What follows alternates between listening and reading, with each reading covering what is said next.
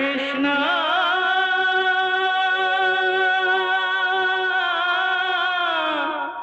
कृष्णा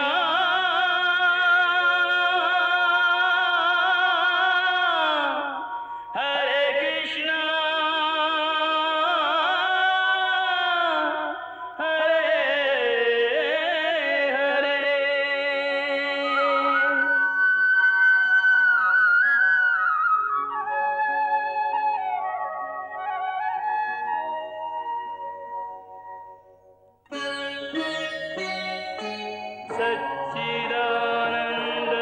सच्चिदानन्दरूपाय विश्वोत्पत्त्यादिहेतवे तापत्रयविनाशाय श्रीकृष्णाय वयं नमः।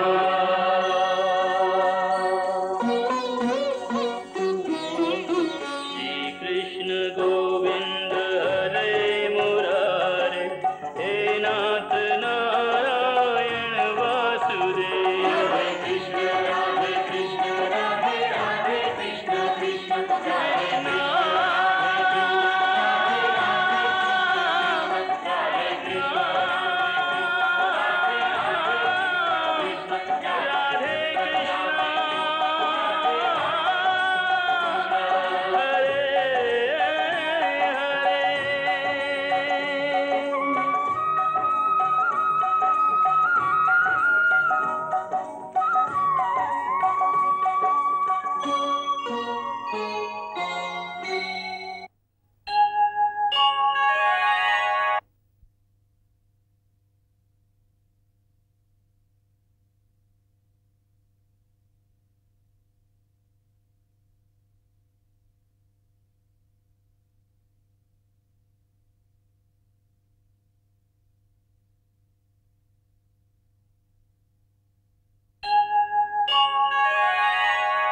द्वारिकाधीश, मैं तो पहले से ही आपकी नित्य रमणा हूँ।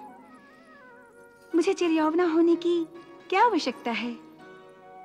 फिर भी आपने देवलोक से आते समय मेरा जो इतना ध्यान रखा, उसके लिए मैं आपको नतमस्तक होकर आपकी दी हुई भेंट स्वीकार करती हूँ।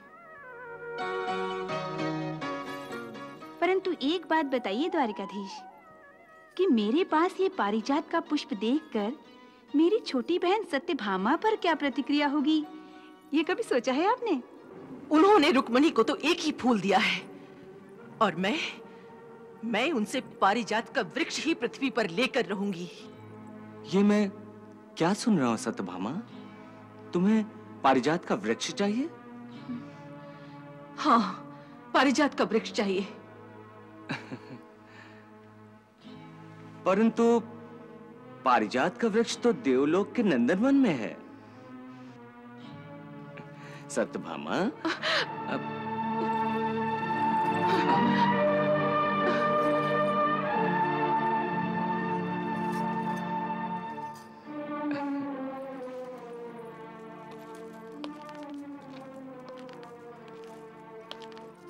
सत्यभामा, मैं तुम्हें प्रसन्न देखना चाहता हूँ, और तुम्हें प्रसन्न करने के लिए मैं कुछ भी कर सकता हूँ, परंतु कुछ भी नहीं। मैं आपसे कुछ और करने के लिए नहीं कहती। मैं केवल इतना कहती हूँ कि मेरे लिए आप पारिजात का वृक्ष लेकर आए, बस। आपकी इस मधुर मुस्कान का कोई प्रभाव नहीं पड़ने वाला है। मैं आपकी मीठी मीठी बातों में आने वाली नहीं। मैं जान गई हूँ कि आपने मेरे साथ अन्याय किया है। अन्याय? मैंने तुम्हारे साथ अन्याय किया है सत्यभामा? हाँ द्वारकाधीश, हाँ, आपने मेरे साथ अन्याय ही नहीं, छल कपट भी किया है। छल कपट? और वो भी तुमसे? देखिए वासुदेव, मुझे और अधिक न चिढ़ाइए। कहीं क्रोध में आकर मैं ऐसा वैसा न कह दूं। मैं जानता हूं तुम क्रोधित हो। तुम्हारे क्रोध को ही तो शांत करने के लिए मैं तुम्हारे पास आया हूं, और तुम्हें समझाने भी। मुझे समझाने की कोशिश मत कीजिए। मैं सब समझ गई हूं, आपको भी और आपके झूठे प्रेम को भी। इसका तो अर्थ ये हुआ कि तुम्हें मुझ पर विश्वास नहीं है? विश्वास है, तभी तो आपने मेरे विश्वास पर आघात किया है। विश्वासघात किया है? अच्छा तो तुम ये बताओ कि तुम्हें ये सब ज्ञान किसने दिया है महारानी?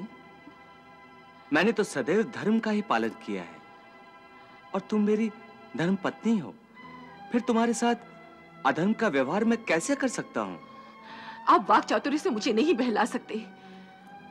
बातों बातों में दूसरे को प्रभावित कर लेने की कला में आप बड़े चतुर हैं और आपकी इन सब बातों में आकर मैं अपने प्रण से नहीं मुकर सकती, इतना जान लीजिए द्वारकाधीश। अच्छा तो अब बताओ कि मुझे करना क्या है? यही कि पारिजात का वृक्ष लाकर मुझे और केवल मुझे ही भेंट करना होगा। देवलोक में तो आपने मुझे वो पुष्प नहीं भेंट किया था और चोरी चोरी वही पुष्प लाकर यहाँ रुक्मणी दीदी को भेंट कर दिया। इसका अर्थ तो यही हुआ ना कि आप दीदी रुक्मणी को ही सबसे अधिक चाहते हैं। ये तुम्हारा भ्रम है सत्यभामा। ये भ्रम नहीं है द्वारकाधीश, अब मेरी आंखें खुल गई हैं। मैं ही पागल थी जो सदा ये सोचा करती थी कि मैं ही वासुदेव के सबसे निकट हूं। मैं ही सोचा करती थी कि जितना मैं वासुदेव को चाहती हूं दूसरा कोई और चाह ही नहीं सकता। परंतु सत्यभामा। परंतु कुछ नहीं वासुदेव। नारी जिसको सबसे अधिक प्रेम करती है वो उसके प्रेम का बंटवारा नहीं सह सकती। यदि उसे लगे कि उसका प्रेमी नारी के प्रेम का पूर्ण प्रतिदान नहीं देता तो उसके प्रेम का अपमान ही होगा ना द्वारकाधीश, उसका मान खंडित हो जाएगा। ऐसा कुछ नहीं सत्यभामा। क्यों नहीं है द्वारकाधीश? मैं गर्व से सबके सामने कहती थी कि मैं ही वासुदेव की प्रिय पत्नी हूं, इसीलिए वो मुझे अपने साथ युद्ध पर लेकर गए थे। और आज ये महल की दीवारें, ये खिड़कियां, ये सब आराम और सुख के साधन मेरा मुंह चढ़ाते हैं, मुझ पर हंसते हैं और कहते हैं कि मैं वासुदेव की प्रिया नहीं हूं। मैं वासुदेव की प्रिया नहीं हूं। मैं वासुदेव की प्रिया नहीं हूं।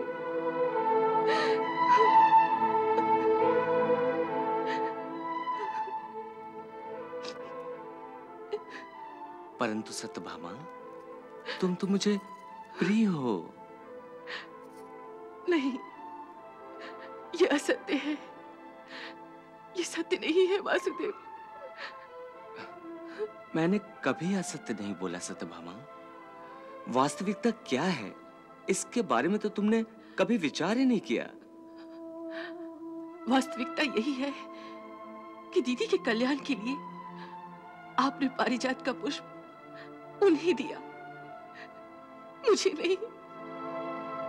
नहीं, वास्तविकता तो ये है कि तुमने देवलोक में पारिजात का दर्शन किया था, उसके पुष्प भी देखे थे और उसकी सुगंध से भी परिचित थी।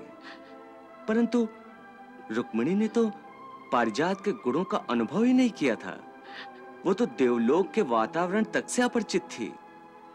इसलिए जब देवराज इंद्र ने मुझे वो फूल दिया तो मैंने सोचा कि उसे भी तुम्हारे जैसे सौभाग्य की अनुभूति मिले जो तुमने देवलोक में मेरे साथ प्राप्त किए। इसमें तुम्हारे अकल्याण की बात कहां है? इसमें यदि तुम्हें अपना अपमान लगता है तो मैं तुम्हारे लिए देवलोक से सारे पारिजात के पुष्प लाकर तुम्हें दे सकता हूं।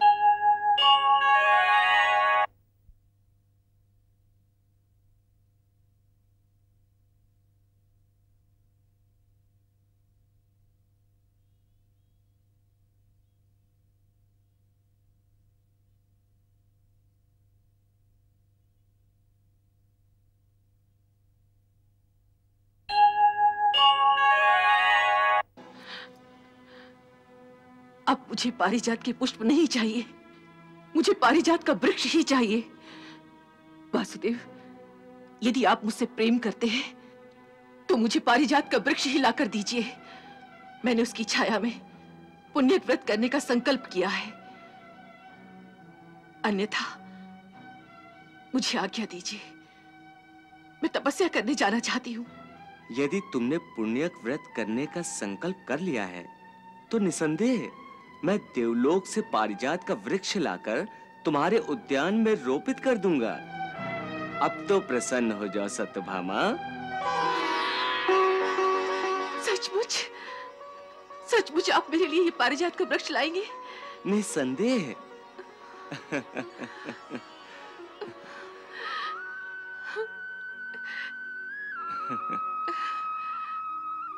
नारायण नारायण।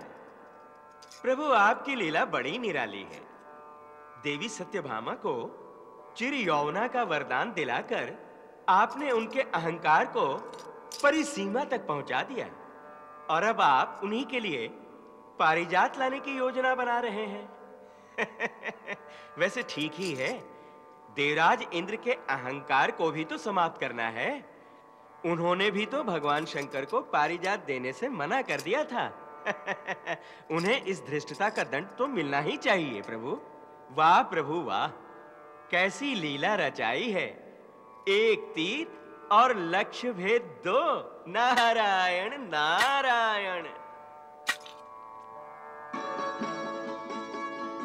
सत्यभामा, मैं इसी समय देवराज इंद्र को संदेश भेजता हूँ। परंतु किसके द्वारा? मुनिवर नारद जी के द्वारा। और किसके द्वारा?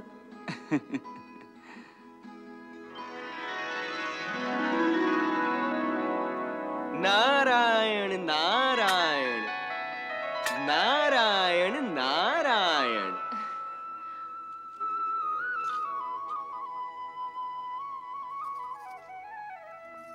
प्रणाम मुनिवर। सौभाग्यवती भव। आप दोनों ने मुझे क्यों स्मरण किया है? देवर्षि, देवी सत्यभामा पारिजात वृक्ष की छाया में पुण्यक व्रत का अनुष्ठान करना चाहती हैं। इसलिए आपको देवलोक जाकर मेरी ओर से यह विनती देवराज इंद्र से करनी होगी कि वो पारिजात के वृक्ष को सत्यभामा के उद्यान में लगवा दें। प्रभु, परंतु मुझे संदेह है। देवराज आपकी इस विनती को स्वीकार नहीं करेंगे। क्यों नहीं? वे लोकपाल हैं और मैं लोक कल्याण के लिए तो उनसे एक वृक्ष की कामना कर रहा हूँ। वो तो ठीक है प्रभु, परंतु देवराज तो भगवान शंकर को भी उस वृक्ष को देने से एक बार मना कर चुके हैं। उन्होंने भी तो माता पार्वती के पुण्यक व्रत के लिए पारिजात मांगा था। भगवान, क्या देवलोक की निधियों को पृथ्वी लोक पर लाना उचित होगा? क्या आप क्षीर सागर को पृथ्वी लोक पर लाने की सोच सकते हैं? क्या ये विधि के विधान के विरुद्ध न होगा भगवान? देवर्षि, आपका कथन भी उचित है, परंतु मैंने तो देवी सत्यभामा को पारिजात का वृक्ष पृथ्वी पर लाने का वचन दे दिया है। अब यह भी तो संभव नहीं कि मेरा दिया हुआ वचन झूठा हो जाए। यदि ऐसा हुआ तो संसार से सत्य का नाश हो जाएगा। इसलिए आप इंद्र को मेरा संदेश जाकर दें। जो आज्ञा प्रभु। नारायण नारायण। स्वागत है देवर्षि, स्वागत है। पधारें पधारें। कहिए, त्रिलोक में सब कुशल तो है ना? कुशल तो है, परंतु आज मैं आपके पास एक अत्यावश्यक संदेश लेकर आया हूं। कहिए तो कहूं? अवश्य मुनिवर, अवश्य। द्वारकाधीश श्री कृष्ण ने आपसे निवेदन किया है कि वे अपने सहधर्मिणी देवी सत्यभामा के पुण्यक व्रत के सुफल के लिए आपसे पारिजात वृक्ष की कामना करते हैं। बस यही संदेश लेकर मैं आपके पास आया हूं देवेंद्र जी। मृत्युलोक में पारिजात की कामना?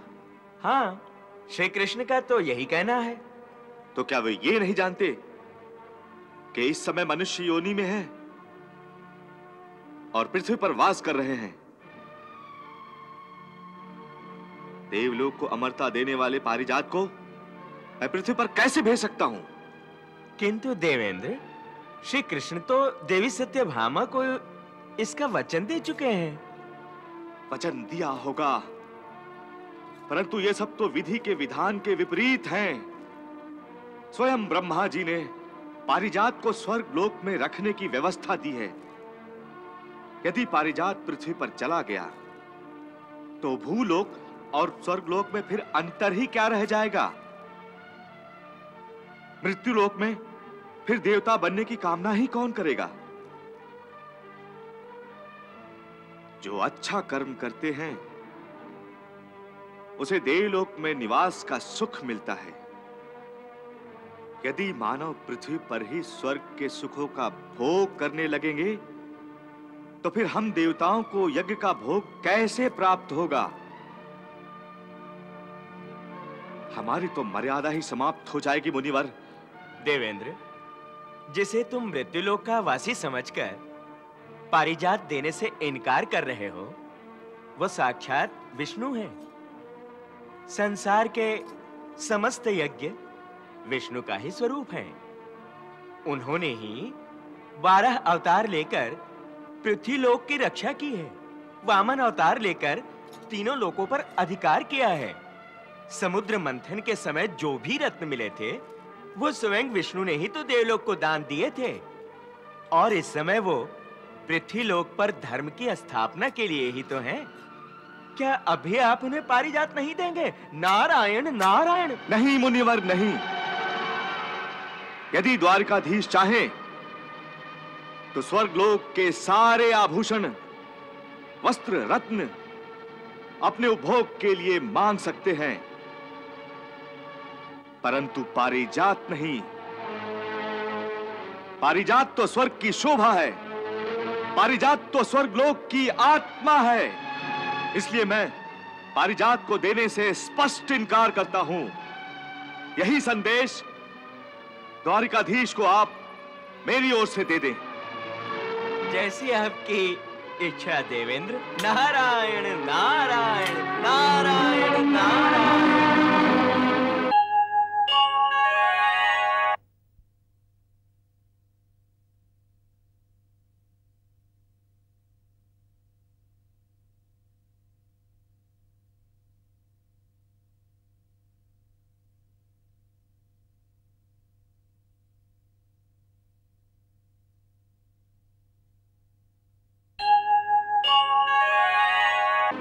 नारायण नारायण।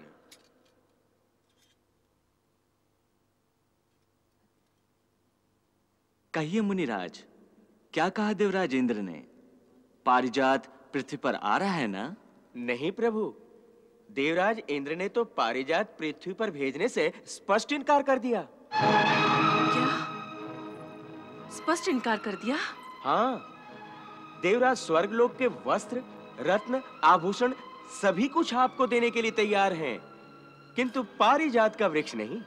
अच्छा, तो क्या देवेंद्र ये भूल गए कि स्वर्ग लोक के सम्मान की रक्षा के लिए मैंने अपना धर्म समझकर नरकासुर से देवलोक की रक्षा की थी?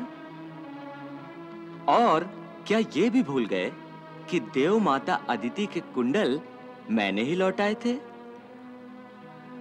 और अब वो पारिजात देने से इनकार कर रहे हैं।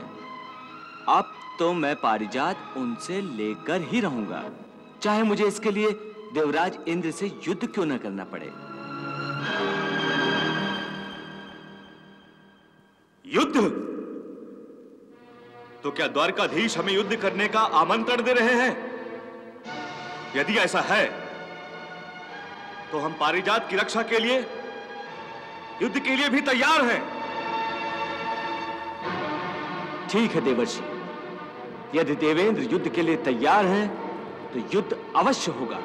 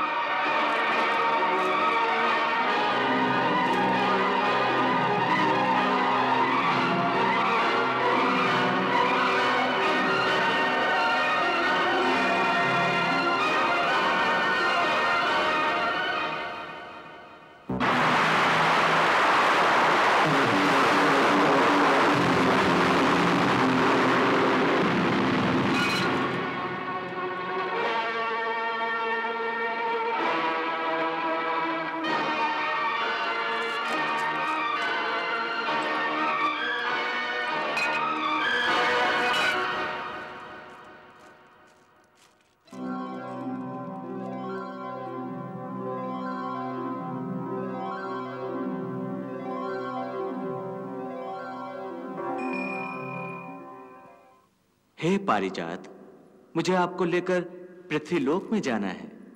आप मेरे साथ चलने की कृपा कीजिए।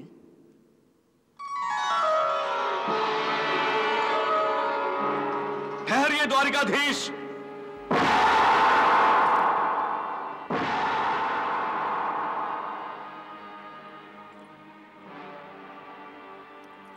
पारिजात देवलोक की संपत्ति है और मैं इस संपत्ति का रक्षक हूं। मेरी आज्ञा के बिना आप इसे लेकर नहीं जा सकते। आपकी आज्ञा के लिए ही तो मैंने देवऋषि नारद जी को आपके पास भेजा था। परंतु मैंने सहमति तो नहीं दी थी द्वारिकाधीश। इसीलिए तो मैं स्वयं पारिजात को लेने के लिए आया हूं। तो क्या मानवों को यह अधिकार मिल गया है कि वह अपनी इच्छा की पूर्ति के लिए देवताओं की मर्यादाओं का अतिक्रमण करें? देवताओं की अनुमति के बिना नंदनवन में प्रवेश करें? अपनी प्रतिज्ञा की पूर्ति के लिए किया गया आचरण किसी भी मर्यादा का अतिक्रमण नहीं कहा जाता देवेंद्र, बल्कि अपने लक्ष्य की प्राप्ति ही यश का कारण बनती है, और मैं यही कर रहा हूं। यदि मैं इसे हठ धर्मिता कहूं तो क्या आपने मेरी पहली विनय पूर्वक प्रार्थना का तिरस्कार कर अपनी हठ धर्मिता का परिचय नहीं दिया था देवराज? परंतु वो मेरा कर्तव्य था। मुझे इंद्र का पद इसीलिए प्राप्त है कि मैं देवलोक की संपत्ति की रक्षा कर सकूं। बस इसीलिए मैंने देवताओं की मर्यादा की रक्षा के लिए पारिजात को पृथ्वी पर भेजने से इनकार कर दिया था। आपने मेरे प्रयोजन से परिचित होकर भी इनकार कर दिया, इसलिए अब मैं पारिजात को लेकर जा रहा हूं। तो फिर आपको मुझसे युद्ध करना होगा द्वारिकाधीश।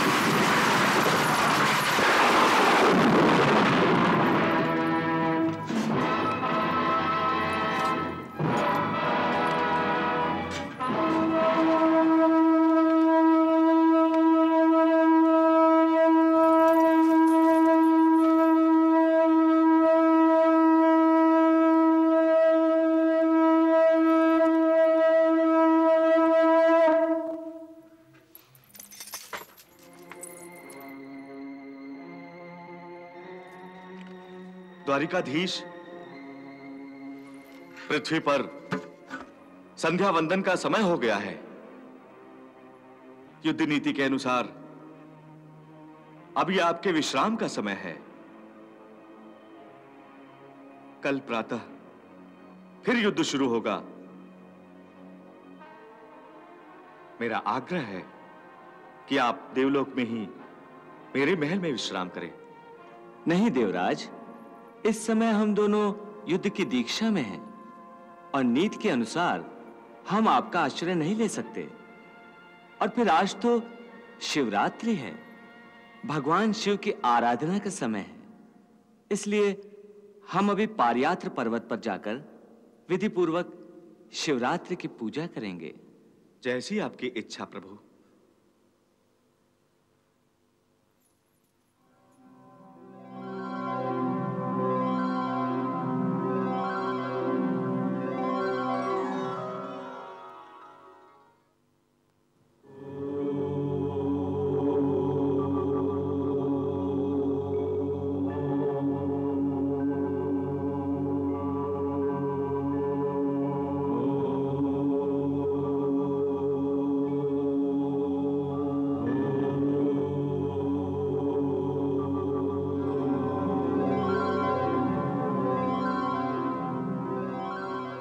हे देवादिदेव महादेव, आज शिवरात्रि है और मेरे मन में आपके दर्शनों की बड़ी तीव्र लालसा है।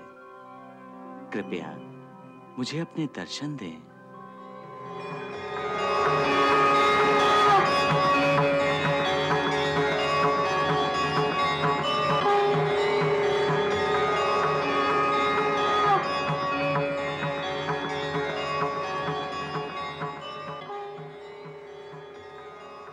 हे पतित पावनी गंगा, आज महाशिवरात्रि है और मैं द्वारिका से दूर युद्ध की दीक्षा में हूं।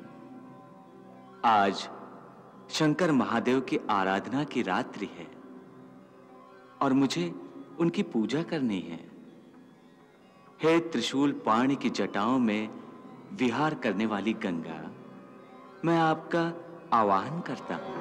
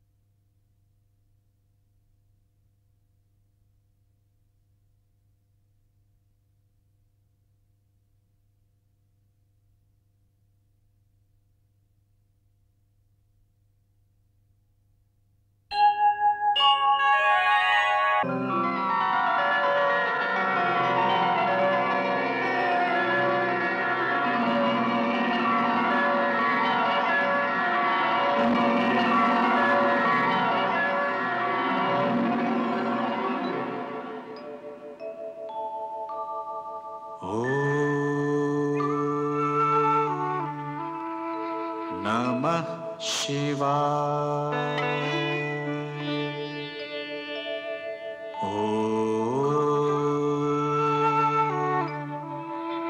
नमः शिवाय।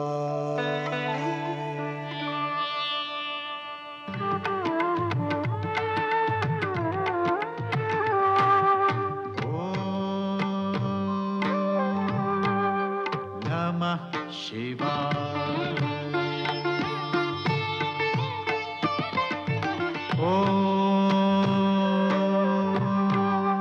नमः शिवाय।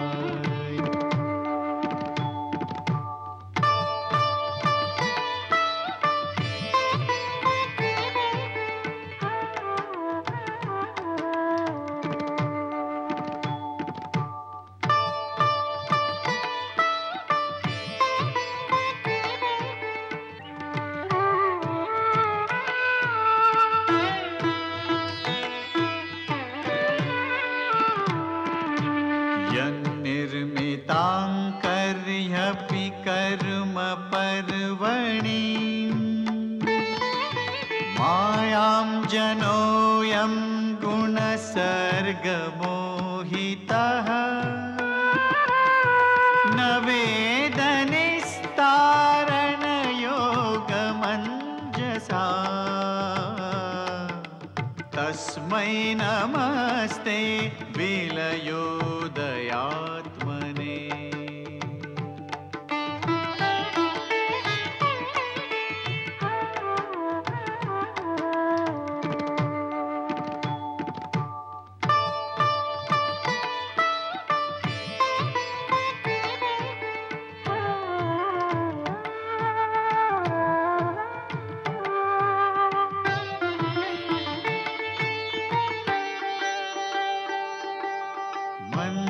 मन्दारमाला कलितालकायै कपालमालाङ्कितकन्धराय दिव्याम्बरायै च दिगम्बराय नमः शिवायै च नमः शिवाय नमः शिवायै च नमः शिवाय।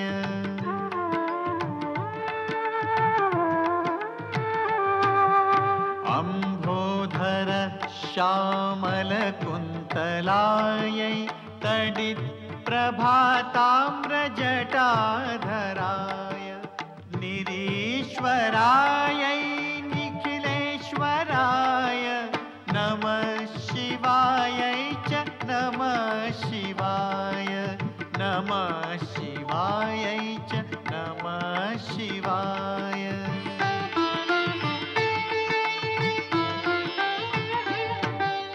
प्रपञ्चसृष्ट्युन्मुखलास्यकायै समस्तसंहारकताण्डवाय जगज्जनन्यै जगदेकपित्रे नमः शिवायै च नमः शिवाय नमः शिवायै च नमः शिवाय।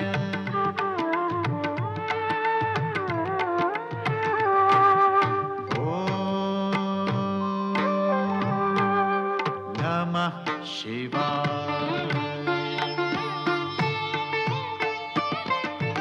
ॐ नमः शिवाय ॐ नमः शिवाय नमः शिवाय नमः शिवाय ॐ नमः शिवाय नमः शिवाय नमः शिवाय ॐ नमः शिवाय नमः शिवाय नमः शिवाय ॐ नमः शिवाय नमः शिवाय नमः शिवाय ॐ नमः शिवाय। वासुदेव, मैं प्रसन्न हूं। आपने मेरे प्रिय स्तोत्र से मेरा आह्वान किया है। जिस पर्वत पर स्वयं भगवान वासुदेव ने मेरी आराधना की है, उस पर्वत पर मेरा रूप विल्वेश्वर के नाम से जाना जाएगा। आपने जिस स्तोत्र से मुझे पुकारा है, भविष्य में जो भी इस स्तोत्र से मेरी पूजा करेगा, उस पर मैं प्रसन्न रहूंगा। और जो इस जलधारा में स्नान करेगा, उसे गंगा स्नान का पुण्य प्राप्त होगा। बोलिए प्रभु, मेरे योग्य क्या सेवा है? भगवान, आप तो मेरे इष्ट हैं। आपसे सेवा नहीं, मुझे आशीर्वाद चाहिए। स्वयं को छोटा मानकर दूसरों को सम्मान देते हैं, यही आपके हृदय की विशालता का परिचायक है। समस्त सृष्टि के पालनहार होकर भी आप स्वयं को नगण्य बताते हैं। त्रिलोक के स्वामी होकर भी एक याचक की भांति विनम्र हैं।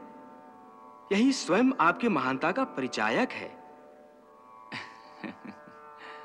इसलिए विजय तो आपकी होगी ही, परंतु परंतु क्या देवादिदेव?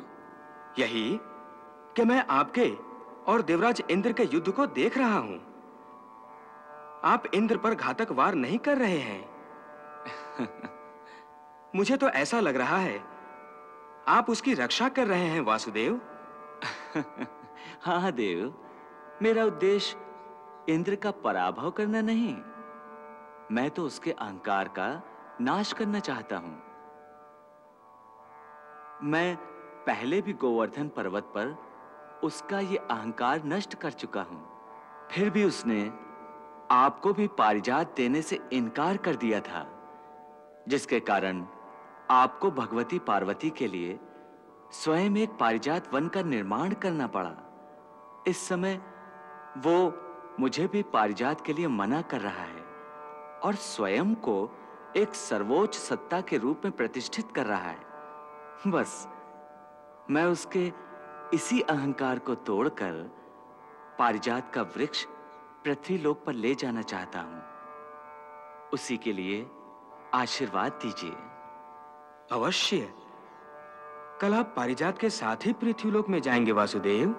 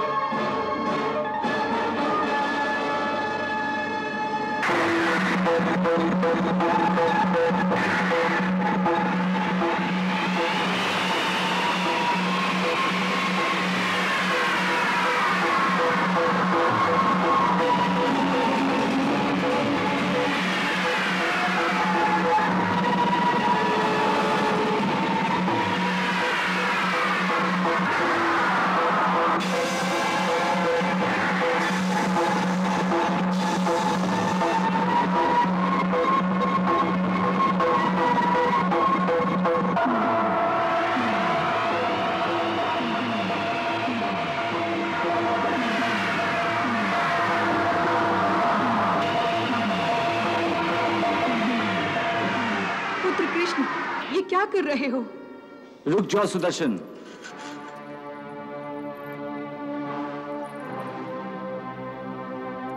प्रणाम देव माता।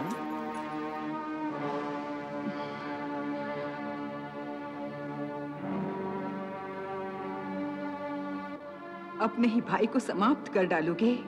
क्या तुम्हें याद दिलाने की आवश्यकता है कि वामन अवतार के समय मैंने ही तुम्हें जन्म दिया था?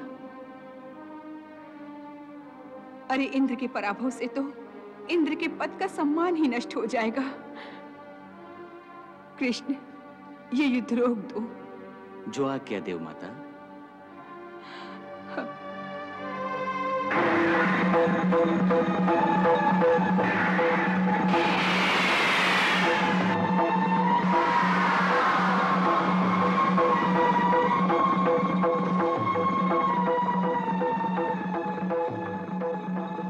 मैं तुम्हें पारिजात का वृक्ष प्रदान करती हूँ, परंतु इसका विधान ये होगा कि जैसे ही सत्यभामा का पुण्य व्रत पूरा होगा, ये वापस देवलोक में आ जाएगा।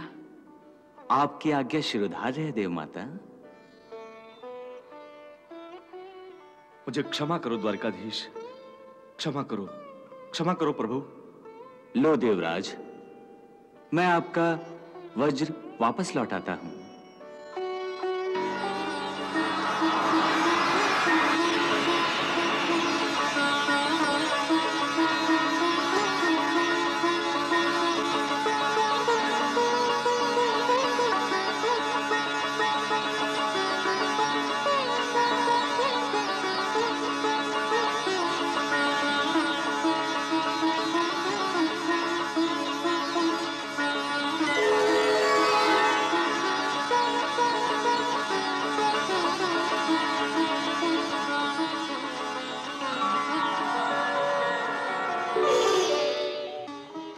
तुभ्यं नमामि नारायणाय, तुभ्यं नमामि जगदीश्वराय, हे लक्ष्मीकान्तं तुभ्यं नमामि, हे शान्ताकारं